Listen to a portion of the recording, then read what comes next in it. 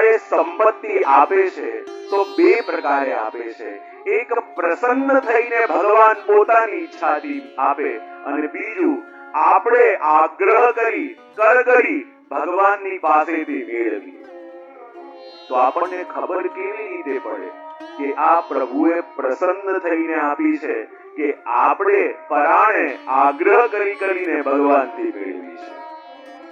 જો જ્યારે આપણે કોઈનાથી પ્રસન્ન થઈએ અને પ્રસન્ન થઈને એને કંઈક આપીએ તો આપીને કહીશું જો આપું છું તો ખરા પણ મળતો રહે છે. શું કહી છે ને?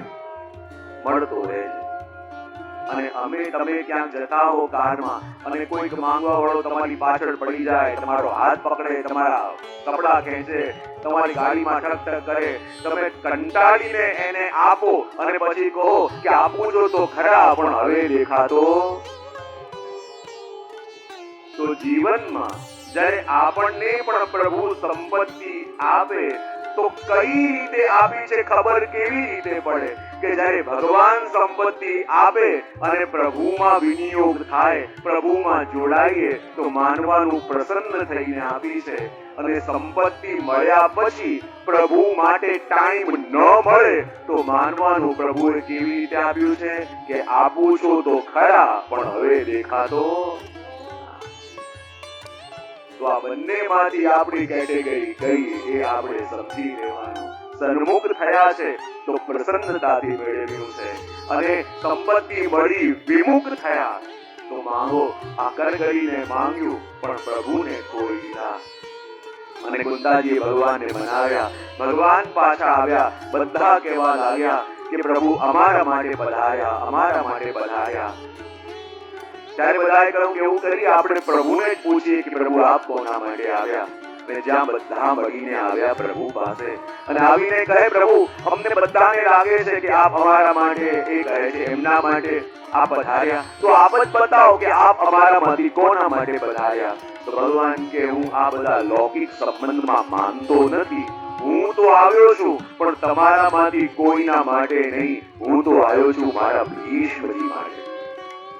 કારણ કે ભીષ્મજીને મેં વચન આપ્યું હતું જ્યારે મહાભારતના યુદ્ધમાં એક એક કરીને કૌરવો મરવા લાગ્યા, એક એક કરીને કૌરવો હણાવા લાગ્યા, અને જ્યાં કૌરવો મરવા લાગ્યા ને દુર્યોધને આવીને અને ભીષ્મજીને કહ્યું કે દાદાજી આપ અમારા પક્ષમાં છો તો ખરા છતાં પક્ષપાત કરી રહ્યા છો. આટલા દિવસ થયા એક એક કરીને અમે કૌરવો મરી રહ્યા છીએ પણ પાંડવોનો વાળ પણ વાંકો થયો નથી. દાદાજી આપ અમારા પક્ષમાં છો છતાં એમ ચાહો છો કે અમે મરી જઈએ અને પાંડવોનો જય થાય, આ પક્ષપાત કરી રહ્યા છો.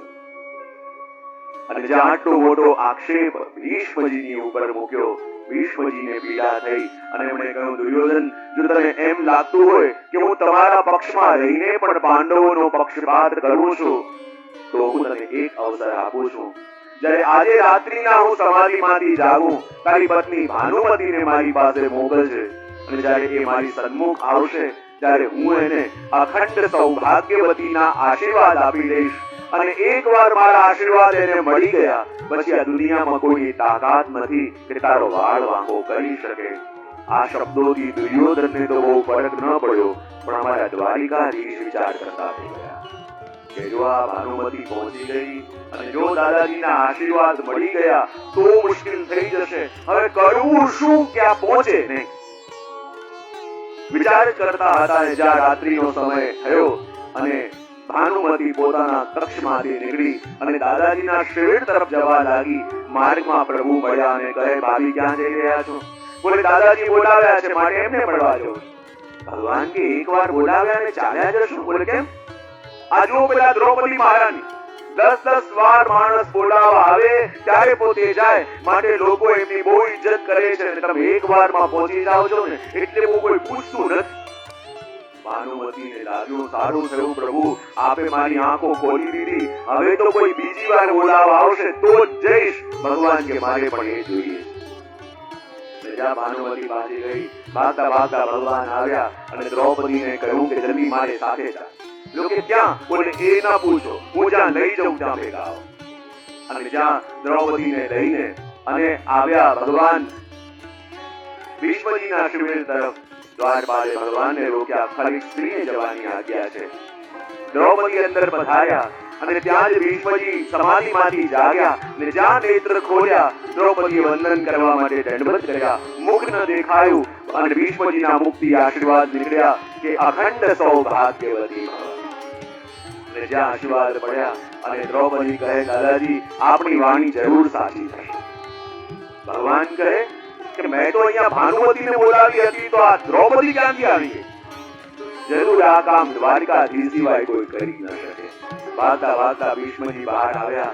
શું જોયું કે બહાર દ્વારકાધીશ આજે દ્રૌપદીના ખલાસ બનીને ઉભેલા છે અને એમને જોઈને ભીષ્મજીની આંખમાં અશ્રુ આવી ગયા અને આંખમાંથી અશ્રુ આવીને ભીષ્મજી કહે, કૃપાનાથ આજે તો સામે ચાલીને આપ દર્શન આપવા માટે પધાર્યા છો, સામે ચાલીને આ જીવને ધન્ય કરવા માટે પધાર્યા છો, પણ આપની કૃપા તો હું ત્યારે માનું કે જેવી રીતે આજે આપ દર્શન આપવા પધાર્યા, વચન આપો પ્રભુ કે જ્યારે જીવનના અંતિમ શ્વાસ હું લેતો હોઉં એ જ રીતે પ્રભુ સામે ચાલીને દર્શન આપવા આપ પધારો તો મને લાગશે કે પ્રભુ આપ કૃપાળુ છો.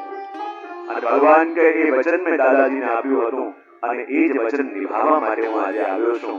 અને પાંડવોને લઈને ભગવાન ભીષ્મજી પાસે આવ્યા અને જ્યાં પાંડવોને લઈને ભગવાન ભીષ્મજી પાસે આવ્યા અને આવીને કહે કે જો દાદાજી આજે યુદ્ધ થયું એ યુદ્ધ થવાનું જ હતું.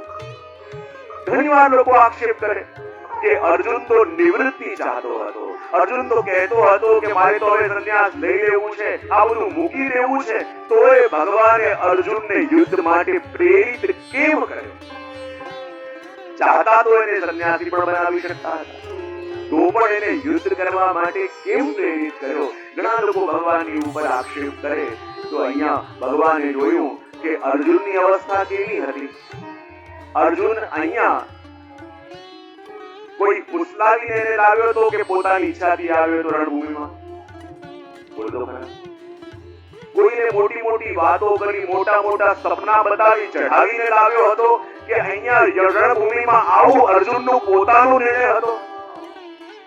બોલો, પોતાનો નિર્ણય હતો. અને અર્જુનને શા માટે ભગવાને ટકોર કરવી પડી? શા માટે વળવું પડ્યું? શા માટે આકરા શબ્દો કહેવા પડ્યા? કારણ કે અર્જુનની દશા કેવી હતી? જેમ કોઈ છોકરાની વાત ક્યાંક ચાલતી હોય અને એ છોકરો પોતે કન્યાને પસંદ કરી દે, એના પિતાને કહે કે મારે આની સાથે લગ્ન કરવા છે. પિતા તૈયાર થઈ ગયા અને કહે જો તારે જે હોલ રાખવો હોય, જે મંડપ રાખવો હોય, જે મેનુ રાખવું હોય, જે કપડા પહેરવા હોય, મારા તરફથી પૂરી છૂટ. છોકરો લઈ ગયો, પિતાજી મારે તો આ જ હોલ રાખવો છે. પિતાજી કે ડન. બોલે મારે તો આ જ બધું મેનુ રાખવું છે. બોલે ડન. મારે તો આ જ કપડા પહેરવા છે. બોલે ડન. મારે તો આ જ મુહૂર્તમાં લગ્ન કરવા છે. પિતાજી કે એ પણ નથી. મારે આ જ કારમાં બેસીને લગ્ન કરવા જવું છે. પિતાજી કે નથી. આ બધું કર્યું અને જ્યારે મંડપમાં હાર પહેરાવાનો અને ફેરા લેવાનો સમય આવ્યો અને છોકરો કહે પિતાજી મને એવું લાગે છે કે લગ્ન જીવનમાં બહુ કોઈ સાર નથી, એવું કરીએ આપણે આ લગ્ન કેન્સલ કરીએ, તો પિતાજી એના માથે વાલથી હાથ ફેરવશે કે લાફો મારશે? હા, શું કરશે?